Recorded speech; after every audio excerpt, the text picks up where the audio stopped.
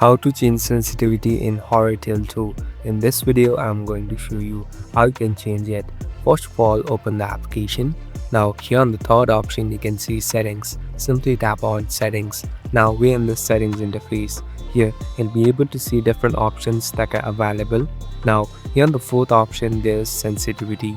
Here on the bottom, you'll be able to get a slider. Now we can adjust the slider accordingly. So we can know the sensitivity by first playing the game and adjusting it manually.